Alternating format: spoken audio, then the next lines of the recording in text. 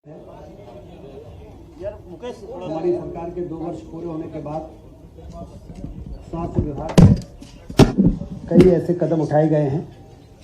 जो प्रदेश के नागरिकों की आवश्यकता के लिए ज़रूरी था। हमारे स्वास्थ्य केंद्रों के सुदृढ़ीकरण के लिए ज़रूरी था। और उदाहरण के लिए जब हमारी सरकार बनी थी तो मेडिकल कॉलेज 5 थे, फिर 14 हुए और इन 2 वर्षों में 14 से बढ़ के 19 हो गए हैं। पिछले वर्ष हमने 2 मेडिकल कॉलेज शुरू किए, श्योपुर सिंगरौली, और उसके पहले नीमच, मंदसौर और सिवनी, ये 3 मेडिकल कॉलेज शुरू हुए। कुल मिला के उद्देश्य यह है कि हमारी MBBS की सीटें बढ़ती जाएं, डॉक्टरों की उपलब्धता जिससे हमारे पास पर्याप्त रहे। PG की सीटें भी उसी प्रकार से बढ़ी हैं और अब आज की डेट में 19 मेडिकल कॉलेज शासकीय है और 14 मेडिकल कॉलेज प्राइवेट है। MBBS की सीटें 2275 से बढ़ के 2850 हो गई है। इसी प्रकार से PG की सीटें बढ़ी है। वहीं दूसरी ओर हमारे जो स्वास्थ्य केंद्र हैं, आपने देखा कि लगातार जिला अस्पतालों की सीटों के उन्नयन किए जा रहे हैं। 300 बेड का जिला अस्पताल को 500 बेड किया जा रहा है, 400 बेड किया जा रहा है। और इस तरीके से जो उसमें आवश्यक मानव संसाधन है वो भी पर्याप्त रहे इंफ्रास्ट्रक्चर के साथ। तो इन्हीं 2 वर्षों में IPHS 12 जो भारत सरकार का स्टैंडर्ड है, उसके हिसाब से कैबिनेट ने पदों की मंजूरी भी की है। उन्हीं पदों की मंजूरी और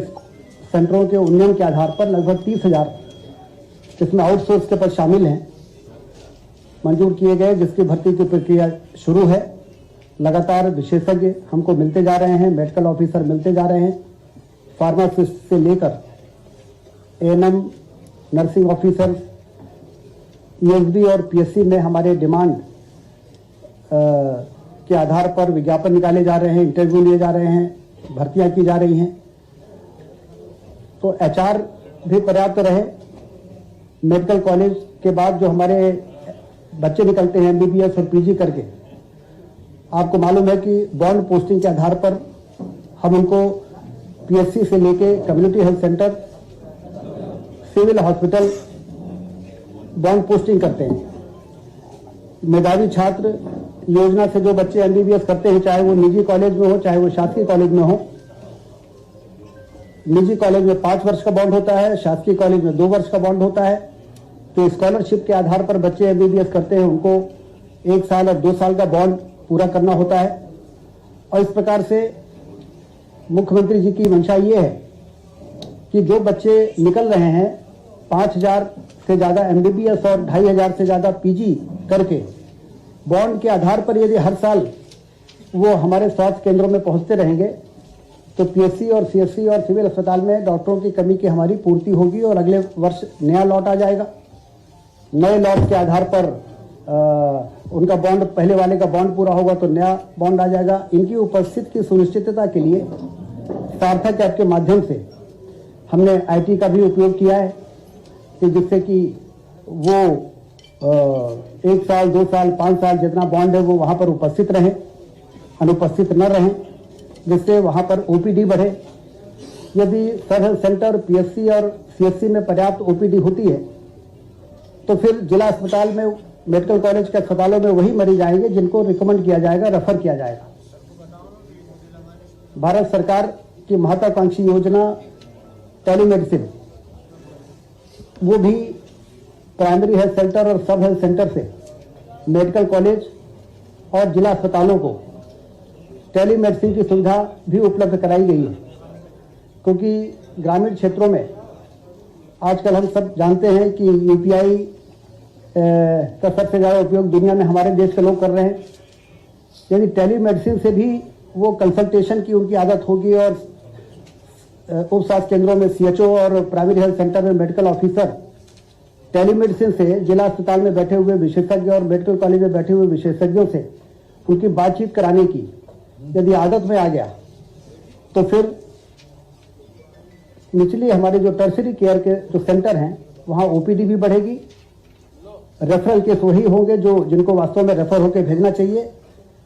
ये भी एक ऐसा नवाचार है जिसको इन 2 वर्षों में आगे बढ़ाने का काम किया गया। इसी प्रकार से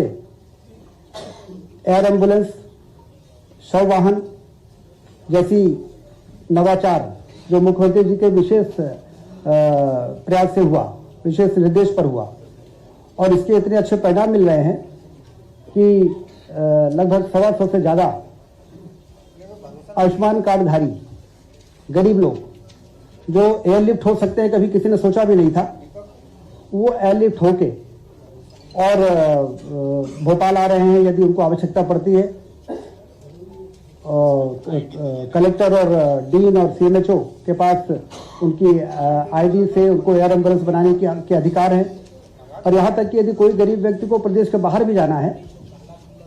और डॉक्टर ने रेफर कर दिया है कि उसको मेदांता ले जाना है, तो गरीब आदमी को एयर एम्बुलेंस मेदांता भी पहुँचा रही है। तो ये एक ऐसा नवाचार है जिसके बारे में लोगों ने कल्पना नहीं की थी कि ये सुविधा भी मिल सकती है। इसके साथ ही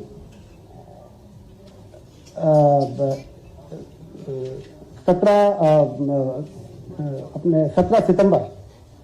जो प्रधानमंत्री जी का जन्मदिन था, उससे लेकर और 2 अक्टूबर गांधी जी की जयंती तक एक स्वस्थ नारी सशक्त परिवार अभियान चलाया गया। आपको ध्यान होगा प्रधानमंत्री जी स्वयं मध्य प्रदेश आए थे, धार से उन्होंने इसको लॉन्च किया था।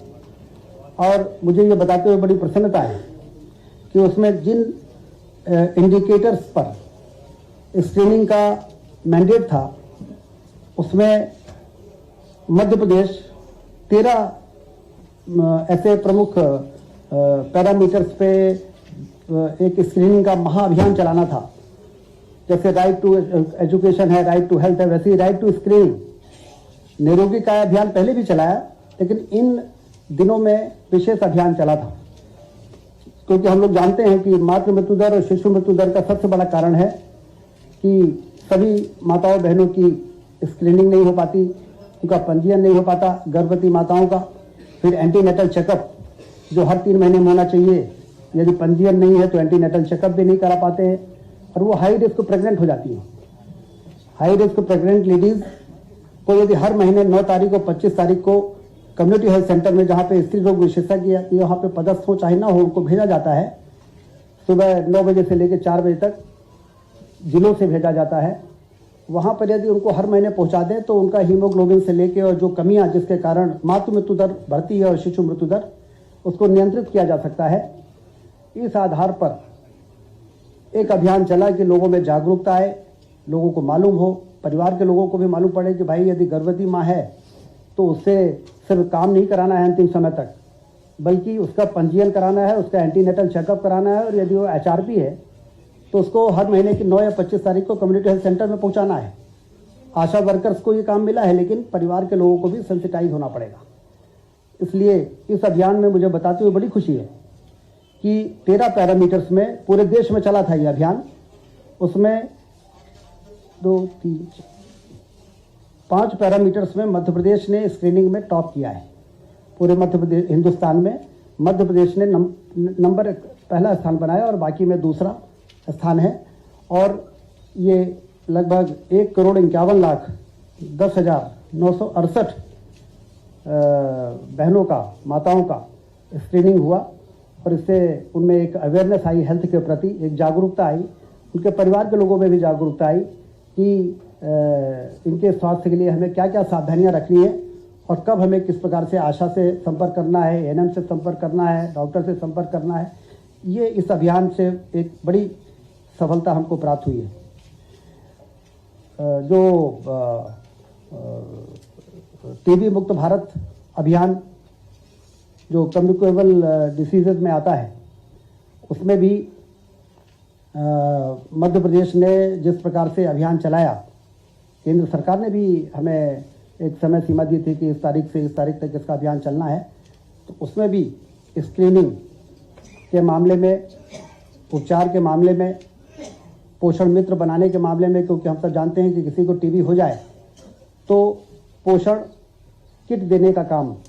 हर महीने उनके खाते में 1,000 रुपये तो 6 महीने के हिसाब से डालना ही है, 3,000 रुपये 3 महीने में और फिर 3,000 रुपये बाद में। लेकिन हम आम आदमियों से भी अपील करें कि वो भी यदि 2-3 हज़ार रुपये का खर्चा है, 500 रुपये में किट आती है, और यदि वो गोद ले लें टीबी के मरीजों को और उनको भी पोषण किट देंगे तो 6 महीने में उनकी टीबी ठीक हो सकती है पूरी तरीके से। तो इसमें भी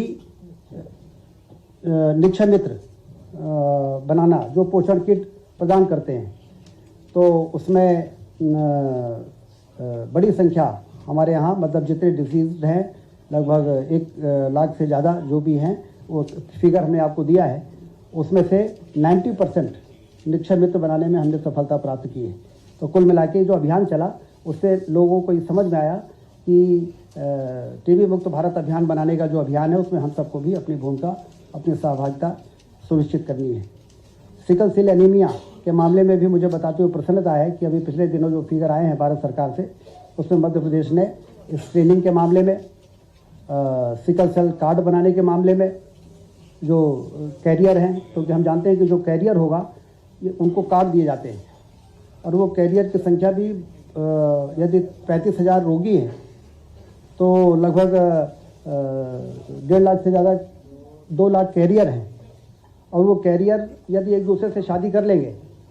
तो बच्चा फिर सिकल सेल रोगी ही पैदा होगा। तो जैसे कुंडली मिलाते हैं शादी के पहले हम लोग अपनी संस्कृति के अनुसार, वैसे ही यदि वो कार्ड मिला लेंगे तो उसमें शादी करने योग्य है कि नहीं है ये आ जाता है। तो इसलिए 1.25 करोड़ लोगों को स्क्रीनिंग करने के बाद 1,05,00,000 लोगों को वो कार्ड भी वितरण करने का काम अभियान चलाकर इन्हीं 2 वर्षों में बहुत तेज़ी के साथ किया गया है, और भारत सरकार ने मध्य प्रदेश को इस काम को करने के लिए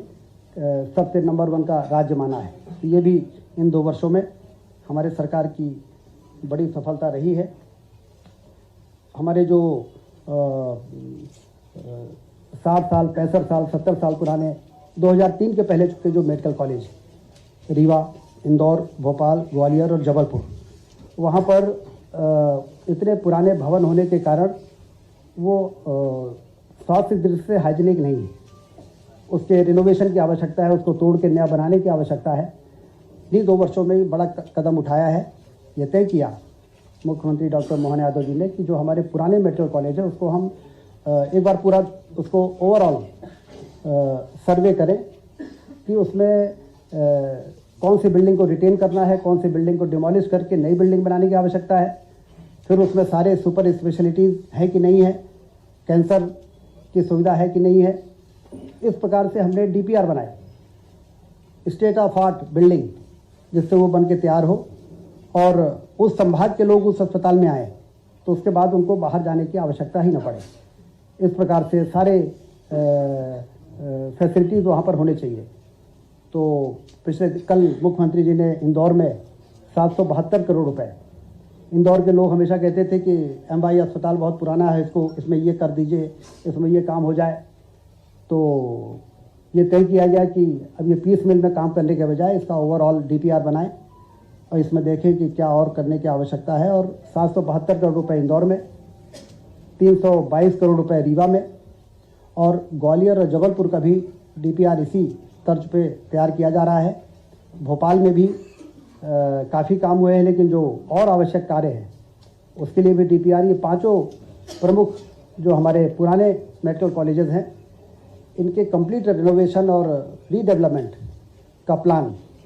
जिससे कि संभाग के लोग बाहर से यदि आएँ दूर दराज से, टीकमगढ़ का आदमी यदि ग्वालियर जाए तो फिर ग्वालियर के बाहर रेफर होने की आवश्यकता न पड़े। इस प्रकार की सुविधा, सर्व सुविधा युक्त कैंपस बनाने का भी फैसला हमारी सरकार ने लिया है, और उसके लिए इतनी बड़ी धनराशि जो आवश्यक हो रही उसको बजट से मंजूर करने का काम भी लगातार किया जा रहा है। NCD नॉन कम्युनिकेबल डिसीजेज में हम लोग देखते हैं कि यदि स्वास्थ्य शिविर होते हैं तो बड़ी संख्या में लोग आते हैं और अपना जांच कराते हैं। बीपी का, शुगर का, फैटी लीवर का, ओरल कैंसर, ब्रेस्ट कैंसर, ये स्वास्थ्य शिविरों में तो लोग आते हैं, लेकिन घर घर जाके इसकी स्क्रीनिंग हो, इसके लिए निरोगी काया अभियान चलाया गया है। और इस निरोगी काया अभियान में बड़ी संख्या में आशा वर्कर्स, सब हेल्थ सेंटर, वहाँ पर लोगों को लाकर उनके सैंपल लेना, फिर जो हमारे लैब्स हैं हब एंड स्पोक मॉडल पे, तो उसके जांच करके उनको रिपोर्ट प्रस्तुत करना, उनको हेल्थ कार्ड देना इस निरोगी काया अभियान में, जिससे कि हर नागरिक की जांच की रिपोर्ट हो, उसका हेल्थ कार्ड रहे और उस हेल्थ कार्ड के आधार पर उसको सही समय पे सही इलाज की राय दी जा सके। कभी कभी देर हो जाती है, लोगों को डायबिटीज़ रहता है और जब शरीर का कोई अंग खराब हो जाता है तब उनको मालूम पड़ता है, तब तक में देर हो जाती है। तो इस दिशा में भी सरकार बहुत गंभीरता के साथ काम कर रही है और ये उद्देश्य यही है कि कम से कम गांव के लोगों को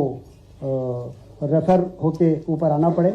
जो कम्युनिटी हेल्थ सेंटर हैं जिसमें विशेषज्ञ होते हैं, जहां पर ऑपरेशन थिएटर्स हैं, जहां पर 18-18, 20-20 करोड़ रुपए की बिल्डिंग बन गई है,